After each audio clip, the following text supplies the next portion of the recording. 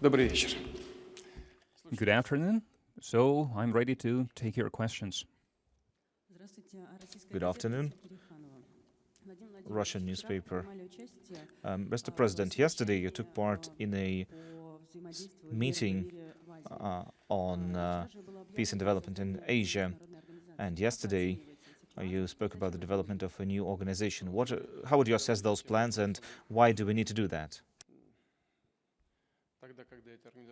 Well, we were thinking about that back when the organization was established, I think some 30 years ago. And it seemed that there are enough other tools that we could compare notes on the matters of enhancement of security, but then it turned out that it's not so. And these additional instruments, especially for the Asian region, they are needed and they must be perfected. Back then, one of the initiators to establish this organization was the first president of Kazakhstan, Mr. Nazarbayev. And, well, you see, he doesn't hold office anymore. He's not part of this organization, but the association itself still goes on, and Kazakhstan suggested to create an organization based on this. That's how OSCE was created. It used to be a forum to discuss matters of security in Europe. Then it turned into the OSCE we see today. I think it will be in demand. It will be required not only in Asia, but also not only in Asia or Europe. I can list you all the things. I think it will be in demand. I think it's a timely measure, and everyone supported this. Good afternoon, Alexei Lazarenko, Izvestia. Just moments ago, the first forum, Russia Central Asia, was completed. Do you believe that Russia is still, that Central Asia is interested in Russia? Even more so now, because trade is growing and growing faster than in the previous years. I think everyone understands the reasons behind it. I don't need to explain that. We are developing new supply chains that are going through this region. The countries of the region are interested in this, and we get new opportunities in the field of cooperation from the point of view of developing their own competences.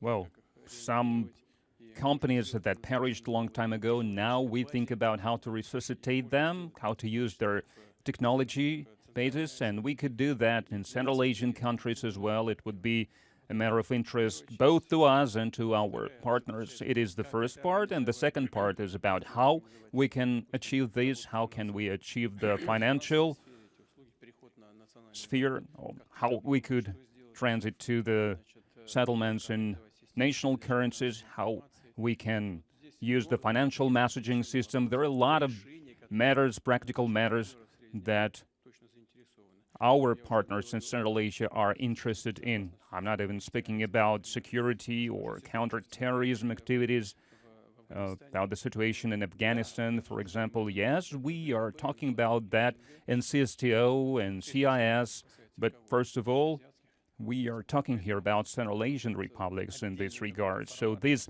separate format, I think it would be of use and would be in demand. And finally, I would say once again, we work bilaterally and we work with our allies in this format, but when we work like we work today, 5+1 plus Russia, we don't just look at the situation from bilateral point of view. As I was saying today, we are going to look for the fields of cooperation, area of cooperation that would be interesting for the region as a whole. Because it might seem like it's the same, nothing has changed, but it's like a different perspective that would be interesting for everyone involved. And there are other things as well. For example, my counterpart from Turkmenistan was saying that for Central Asian countries, those who are landlocked, it is very important to cooperate with Russia in this regard as well, to work multilaterally with other Central Central Asian republics to look for economic ways to resolve this, and we will be developing projects that are interesting for us with other partners. And if we combine all this together, then it would be really a timely matter. Interfax news agency. It's not a secret that some nations of the former Soviet Union are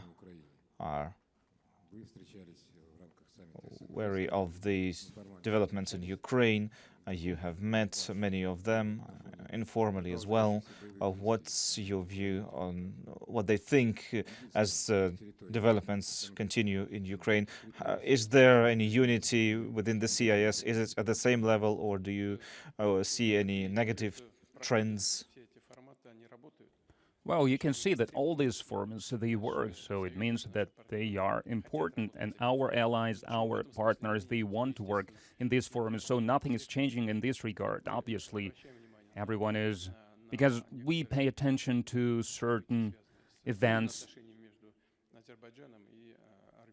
happening between Azerbaijan and Armenia. We are looking at what is happening between Tajikistan and Kyrgyzstan. We are well aware of that, and of course our partners are interested and concerned about the developments in the Russian-Ukrainian relations. So it is something that we are discussing. That's true, so it doesn't come as any surprise, and I can inform our partners about that. I'm explaining our point of view about this, but it does not affect the quality or the depth of the relations of Russia with these countries. Please. TASS news agency, Yulia Bubnova. Yesterday you led the meetings of Kyrgyzstan and Tajikistan. What can you tell us about that meeting, and what were the results of that meeting?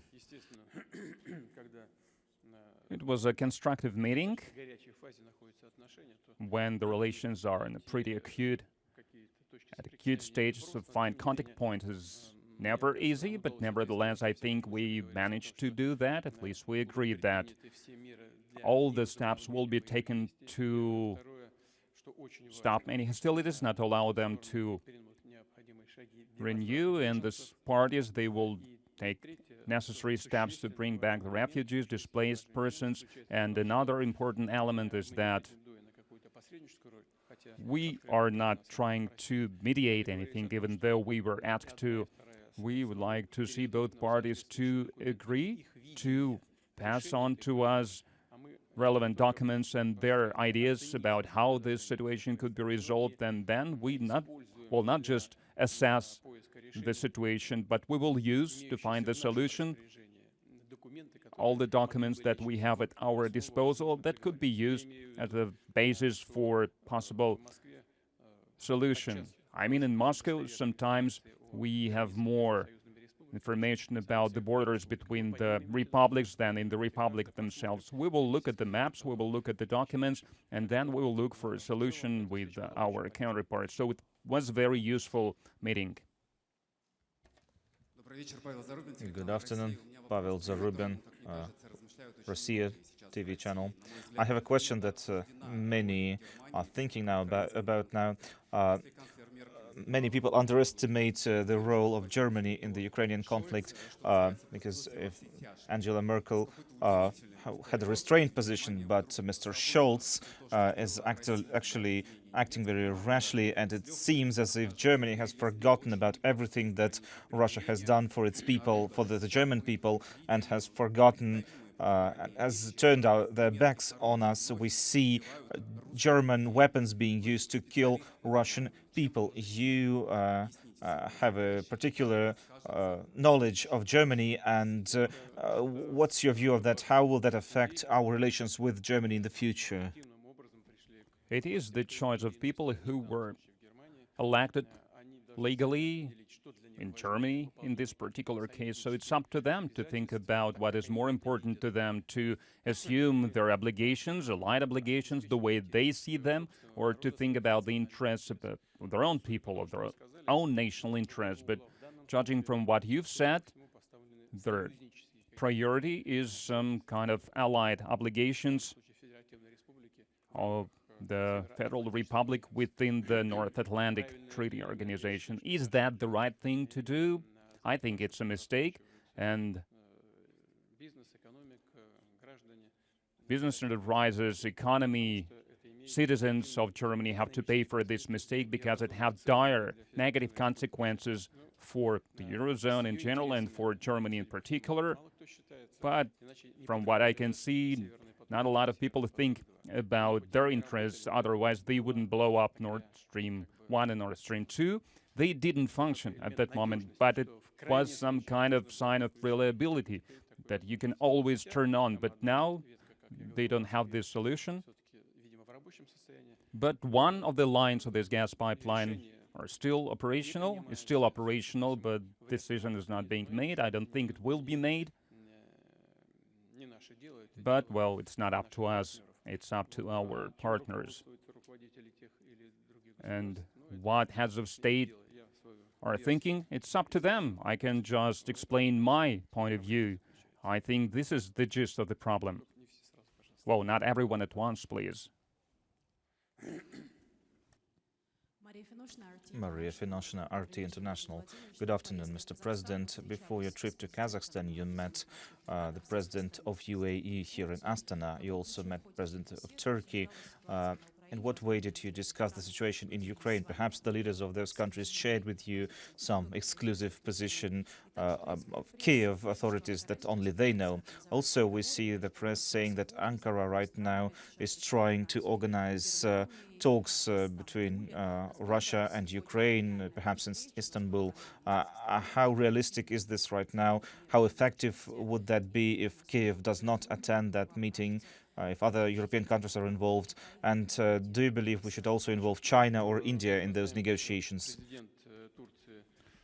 As we know, President of Turkey, Mr. Erdogan, played a significant part in resolving a number of matters, including, for example, exchanges. He was personally involved in that, and we also the outcome. So we are grateful to him for that as well, because we got our soldiers and officers back. That's one. And two, he actively participated in the arranging the grain deal. Unfortunately, this grain from Ukraine is not shipped, or just small amounts of it are shipped to the poor countries under the UN aegis, but that's a different matter, and we talked about that yesterday with him. And I think that these shipments should be structured in a different way, and they should be shipped to poorer countries, but it's up to the Secretary General of the UN, and I know that he tries to get involved with that, but he does not always succeed. As for the United Arab Emirates, they are ready to mediate as well.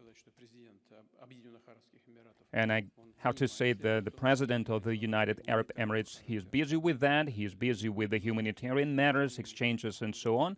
And he succeeds in that as well, so we are grateful to him too.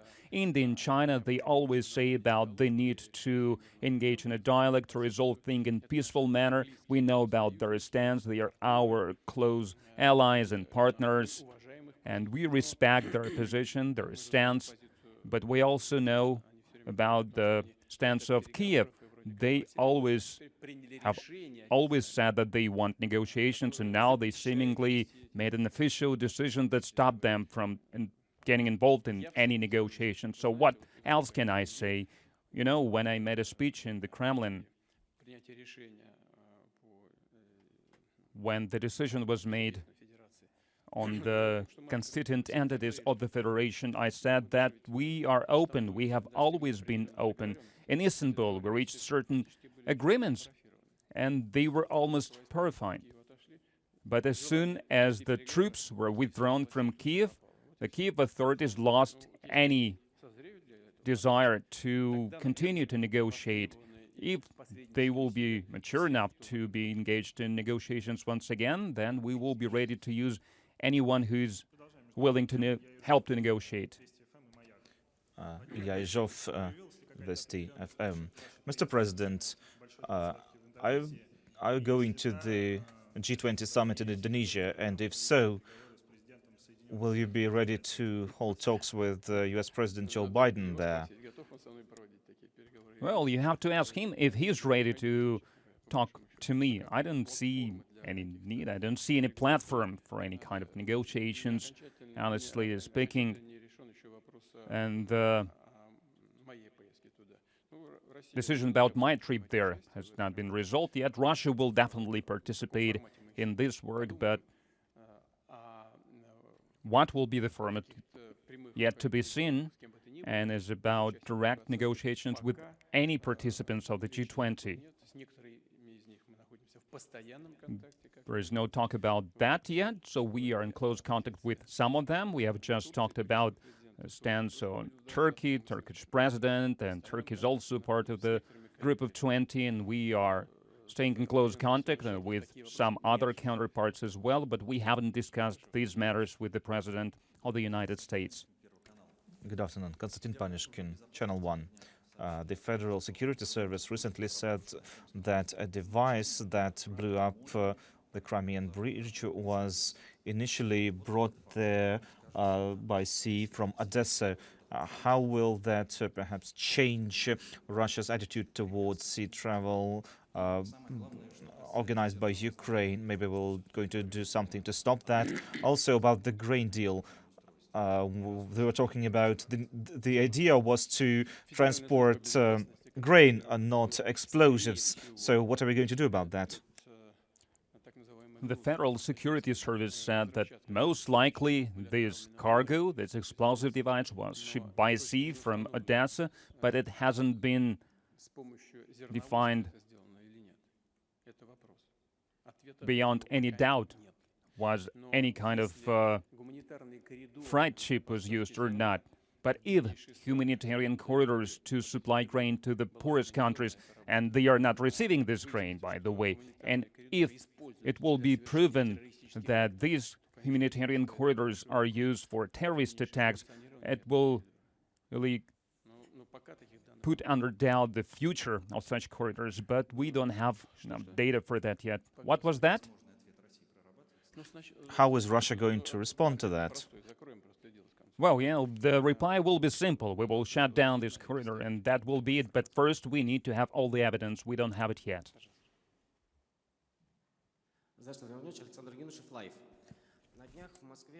Recently, in Moscow, a man was detained for listening to Ukrainian music. Isn't that a bit too far? Because we could start banning Ukrainian films or the writer Gogol, etc.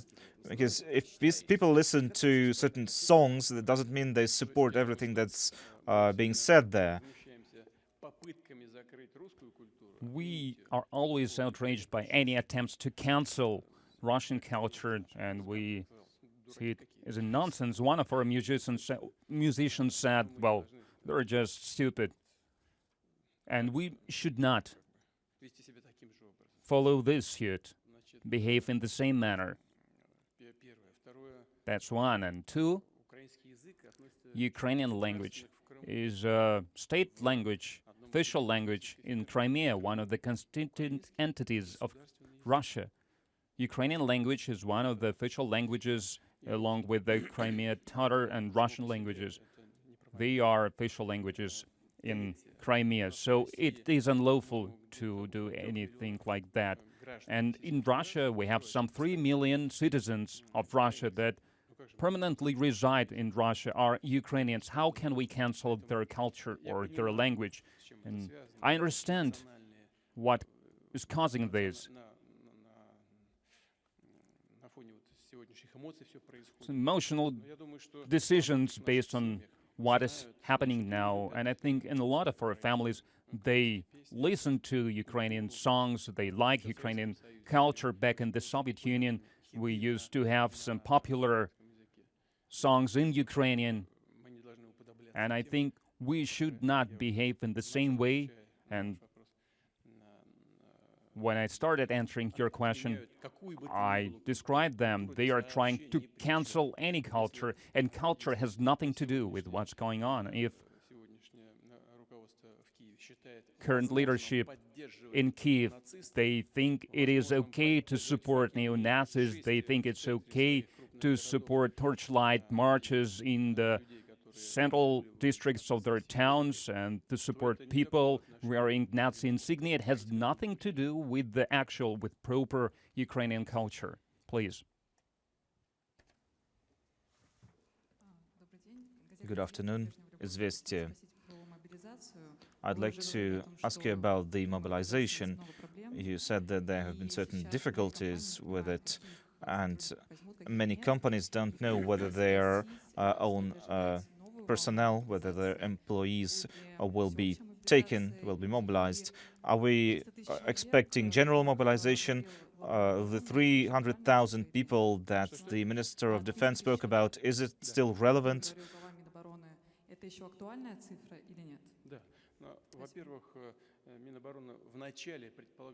Well, in the beginning, Defense Ministry thought about smaller number, not 300,000. That's one. Secondly, we do not plan anything additional. I didn't get any proposals in this regard from the Defense Ministry, and in the foreseeable future, I don't see any need in that. As for the nonsense that is happening, is because there is some outdated ways to gather data. It was not updated for decades, and when all these events, mobilization events, drafting events started, then the truth was out. This database is being updated based on the modern technology, and then we will collect all the necessary information, we'll have quality data, and I have to say that this work is almost complete now. In troops, we have already drafted 222,000 out of 300,000. I think that approximately within the next 2 weeks, all the drafting will be completed.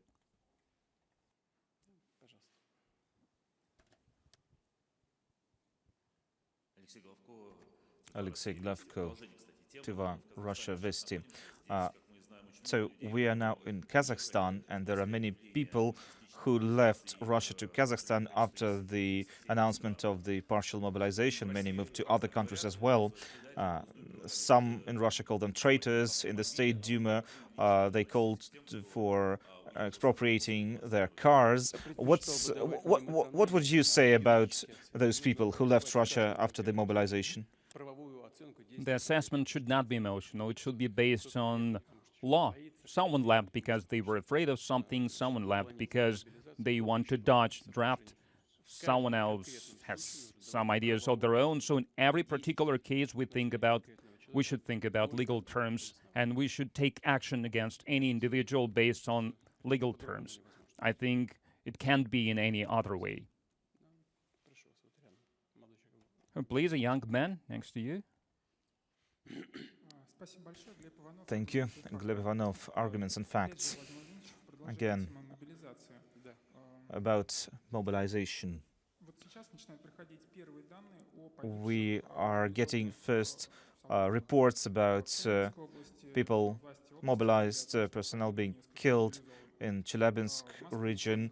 There are reports about people who got killed in Moscow. A person who worked in the Moscow city government was killed on the front, and he didn't have any special military training. So how does that happen that people just 3 weeks after the start of the mobilization get killed in Ukraine without proper training? And one more question about the Crimea Bridge. After the terrorist attack there, do you personally believe that the the security measures are enough at various infrastructure projects in metro stations and on railroads, in power plants, etc.? As for the mobilization, I can just repeat what I have said before. The line of contact is 1,100 kilometers, and to keep it only with the soldiers that are there on the contractual base, especially since they are participating actively in the offensive events, we cannot do that. And all the citizens that are drafted under this mobilization, they should be trained. And the training is as follows. Like I said, 222,000 are now already in the troops, or rather in the areas where they are being trained. So it takes 5 to 10 days for the primary training, and then they go, depending on the military specialization they have, they go to their units. And then 5 to 15 days they spend there for training. And then the next phase, is they go to the troops that participate in hostilities, and then they work on harmonization with the current troops. If we look at the beginning of the mobilization, when it happened, if we look at the minimal requirements, then in general, it is possible that it could happen. And I mentioned there's 222,000 that were drafted. 33,000, those who were drafted, they are in their units now, and 16,000 are in the units that are used for the battle tasks, for combat.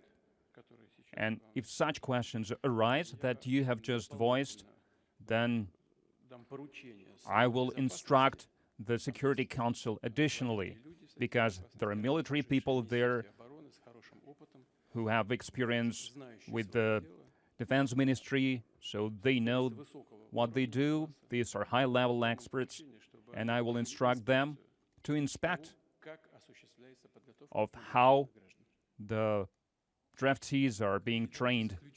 So, colleagues, final question, please.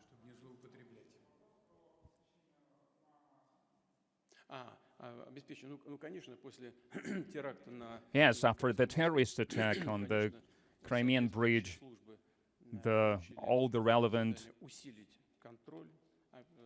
services, they were instructed to enhance security, to protect all the strategic infrastructure locations, and they will carry out all the necessary things to do that at energy sites of various levels, of various classes, at transport infrastructure sites. We have very big country. Our country is very big. That's why we will hope that this work will be efficient. So far, we have succeeded.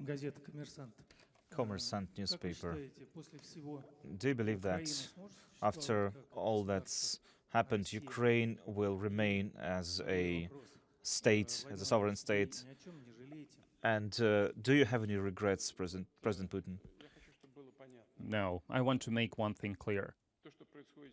What is happening today is not a good thing, to put it mildly.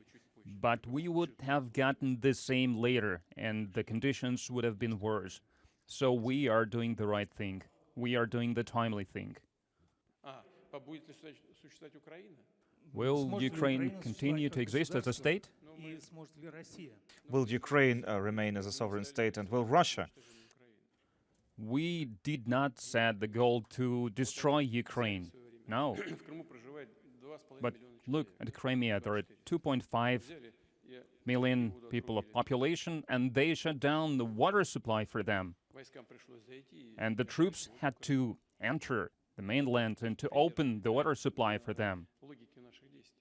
Just follow the logic of our actions. If we did not do that, then no other counteractions were there. So they have blown up the bridge, and now we need to think about the connectivity with Crimea, how important it is for the Russian Federation. Just keep this in mind.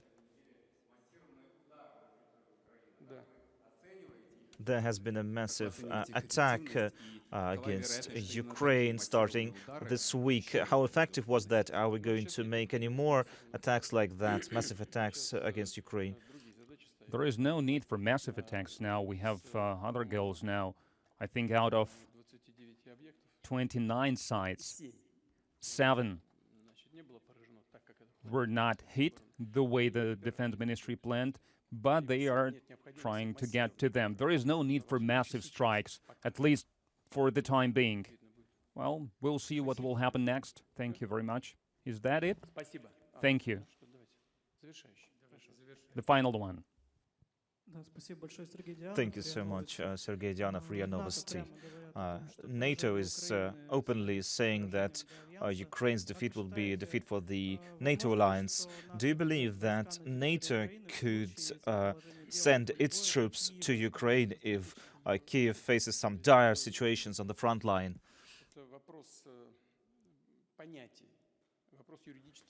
You know, it's all about the legal terms. What is defeat? Everyone can interpret this term in whichever way they want. The fact that the Crimea is the constituent entity of the Russian Federation, it was acceded to the Russian Federation in 2014. Was that a defeat? We need to understand what terminology we use, but entering any kind of forces and using them for direct confrontation with the Russian army will be a very dangerous step that could lead to global disaster. Hopefully, those who are stating that they would be reasonable enough, they will have enough common sense not to take such steps. Thank you. All the best to you.